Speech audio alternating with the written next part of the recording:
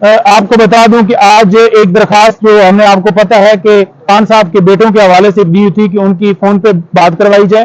آج باقاعدہ طور پر وہاں پر جو ہے کورٹ میں بتایا گیا ہے کہ قانون کے مطابق بات کروائی جاتی ہے اور 2-3 سال سے اور قیدیوں کو بھی جو ہے وہ بات کروائی جا رہی ہے. تو خان صاحب کے بیٹوں سے کیوں نہیں ملاقات کروائی جا رہی؟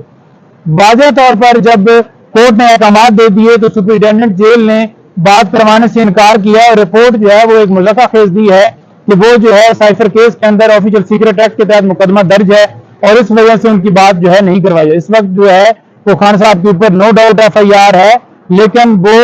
مجرم قرار نہیں دیے گئے. تو جب تک وہ مجرم نہیں قرار دیے جاتے تو تب تک آپ کیسے کسی ایسے لا کا حوالہ دے رہے ہیں جو کہ قانون کے مطابق وہ اس کے اوپر اپلائی نہیں کرتا؟ تو لہٰذا اگر جس وقت تک جو عدالت ہے وہ توہین عدالت کی کارروائی نہیں کرے گی، اپنے آرڈر امپلیمنٹ نہیں کروائے گی، تو دن تب تک جو ہے وہ عدالتوں کے احکامات کو اسی طرح ہوا میں اڑایا جائے گا. ہم استدعا کرتے ہیں کہ خان صاحب کی درخواستیں جو ان میں ڈیلے نہ کیا جائے اور جو ہم نے گرفتاری کے حوالے سے جو مطالبہ کیا ہوا کہ خان صاحب کو کسی مقدمے میں گرفتار نہ کیے جائے، چاہے FIA ہو چاہے نیب ہو، وہ ہماری درخواستیں سپریم کورٹ میں بھی اور ہائی کورٹ میں پینڈنگ ہیں. ہم یہ استدعا کرتے ہیں کہ وہ فکس ہوں اور مزید کسی مقدمے میں گرفتاری سے روکا جائے، کیونکہ خان صاحب کی جب ضمانت ہوگی تو یہ جیسے اوچھے ہتھکنڈے انہوں نے پہلے کیے ہیں مختلف PTI کے لیڈرز کے ساتھ، اور جو ورکرز گرفتار ہوئے تھے ان کو 3 MPO کے تحت گرفتار کیا گیا، ہائی کورٹ کے احکامات کی جو ہے وہ اس کی تذلیل کی گئی اور ان احکامات کو جو ہے عوام میں اڑایا گیا، دوبارہ بار بار گرفتار کیا گیا. آپ کے سامنے پرویز الہی صاحب والا ہے، آپ کے سامنے شہریار افریدی والا معاملہ ہے. ہر معاملے کے اوپر جو ہے سرکار نے باقاعدہ طور پہ عدالتوں کے حکم کی تذلیل کی ہے. تو ہم یہ استدعا کرتے ہیں کہ انہیں پروٹیکشن ملے تاکہ خان صاحب کی ضمانت ہو اور وہ جو ہے بحفاظت جو ہے ان کو جو ہے وہ گھر جانے کی اجازت دی جائے. نعیم صاحب یہ بتائیے گا، جس طرح چیف جسٹس آف پاکستان قاضی عیسیٰ صاحب آ گئے، تو آپ کیا سمجھتے ہیں جو عدالتوں کی توہین ہو رہی ہے، ان کا حکم نہیں مانا جا رہا، تو کیا ان کے فیصلوں سے وہ کچھ ایکشن لیں گے؟ دیکھیں میں یہ سمجھتا ہوں کہ چیف جسٹس صاحب جو آئے ہیں بڑا ویلکم ہم ان کو کرتے ہیں اور ان کے اوپر بڑا امتحان ہے کہ مختلف درخواستیں سپریم کورٹ میں پینڈنگ ہیں. ان کے اوپر جو ہے فیصلہ فوراً آنا چاہیے، جیسے کہ سویلین کا ملٹری ٹرائل اس حوالے سے درخواست پینڈنگ ہے اور الیکشن 90 ڈیز کے اندر پریکٹس اینڈ پروسیجر بل والا معاملہ پینڈنگ ہے اور اس کے ساتھ ساتھ فنڈامنٹل رائٹس کی جو ویلیشن ہو رہی ہے، جو لوگ اغوا ہو رہے ہیں، جو لوگ جو ہیں اٹھائے جاتے ہیں اور ان کا پتہ ہی نہیں چلتا، جو لوگ بے گناہ جیلوں میں پڑے ہوئے ہیں، یہ تمام جو درخواستیں ہیں سپریم کورٹ میں پینڈنگ ہیں. ان کے اوپر جو ہے بولڈ ڈیسیجن دینا چاہیے، سٹینڈ لینا چاہیے. اگر چیف صاحب کھڑے ہو گئے تو پورے ملک کی عدالتیں کھڑی ہو جائیں گی. یہ ان کے اوپر امتحان ہے کہ جوڈیشری کی جو عزت ہے اس کو بحال کروایا جائے اور جو احکامات کو ہر روز ہوا میں اڑایا جاتا ہے وہ احکامات جو ہیں تبھی امپلیمنٹ ہوں گے یا آگے نیکسٹ جو ہے حکم کی تعمیل کی جائے گی کہ اگر سپریم کورٹ کے چیف جسٹس صاحب کھڑے ہو جائیں گے. سپریم کورٹ کے چیف جسٹس عدالتوں کے باب تصور کیے جاتے ہیں اور ان کو سٹینڈ لینا پڑے گا، تبھی ملک کے اندر رول آف لا اور آئین کی بالادستی ہوگی. اپلیکیشنز پینڈنگ پڑی ہیں، جو کیا عملہ نہیں ہے سپریم کورٹ کے اندر یا کوئی اور وجہ؟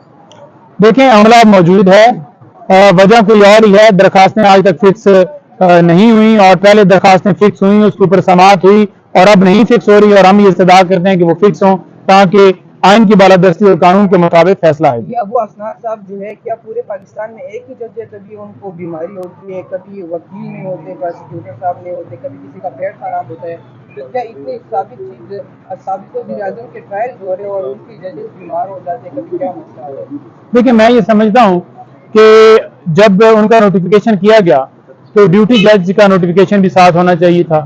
یہ پہلی بدنیتی دیکھیں، ایک نوٹیفیکیشن کیا گیا جس کو بھی ہم نے چیلنج کیا اور جو ان کی عدالت جیل میں ٹرانسفر کی گئی اس کو بھی ہم نے چیلنج کیا. ابھی تک اس کے اوپر بھی فیصلہ نہیں آ رہا. اٹک جیل سے اڈیالہ جیل شفٹ کرنے کے حوالے سے ہماری استدعا تھی، اس کے اوپر بھی فیصلہ نہیں آ رہا. تو فیصلہ آنا چاہیے اور قانون کے مطابق فیصلہ آنا چاہیے. ابو الاسناد صاحب چھٹی پر جاتے ہیں تو ان کے متبادل ڈیوٹی جج ہونے چاہیے اور اگر وہ آتے ہیں اور پھر جب دوسری طرف سے سرکار کی طرف سے پروسیکیوٹر پیش ہوتے ہیں 3 وکیل، تو وہ جناب بہانے مانگتے ہیں کہ وہ سپریم کورٹ میں بیزی ہیں، ٹائم نہیں ہے، یہ ہے وہ ہے.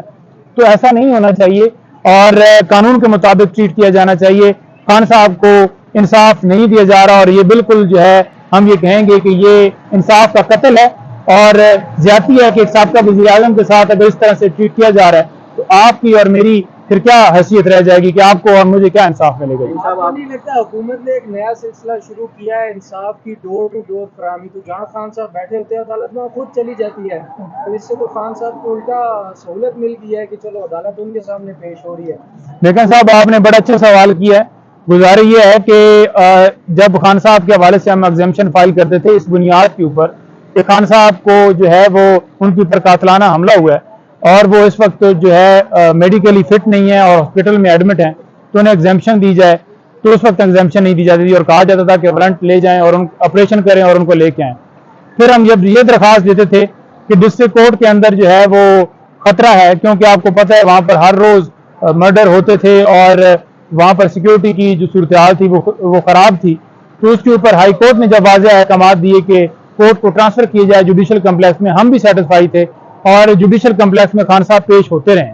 اور سرکار وہاں پر سیکیورٹی کے انتظامات کرتی رہی ہے۔ ابھی بھی حکومت کی یہ ڈیوٹی ہے کہ وہ سیکیورٹی کے انتظامات کرتی اور خان صاحب کو وہاں پر پیش کیا جاتا۔ اب کتنی مذاکرہ خیز بات ہے، جب ان کا اپنا دل ہوتا ہے تب سیکیورٹی بھی مکمل کر لی جاتی ہے، اور جب وہ اس بات سے ڈرتے ہیں کہ خان صاحب آئیں گے اور ان کی تصویر جو ہے وہ پوری دنیا میں جائے گی اور وہ پھر خان ہو جائے گی، تو اس خطرے سے نمٹنے کے لیے وہ کہتے ہیں کہ سیکیورٹی جو ہے وہ ٹھیک نہیں ہے اور ہم دے نہیں پاتے۔ یہ ایک بہانے ہیں جو کہ صرف اور صرف خان صاحب کی ویڈیو اور تصویر سے ڈرنے کا ایک طریقہ ہے۔ Thank you.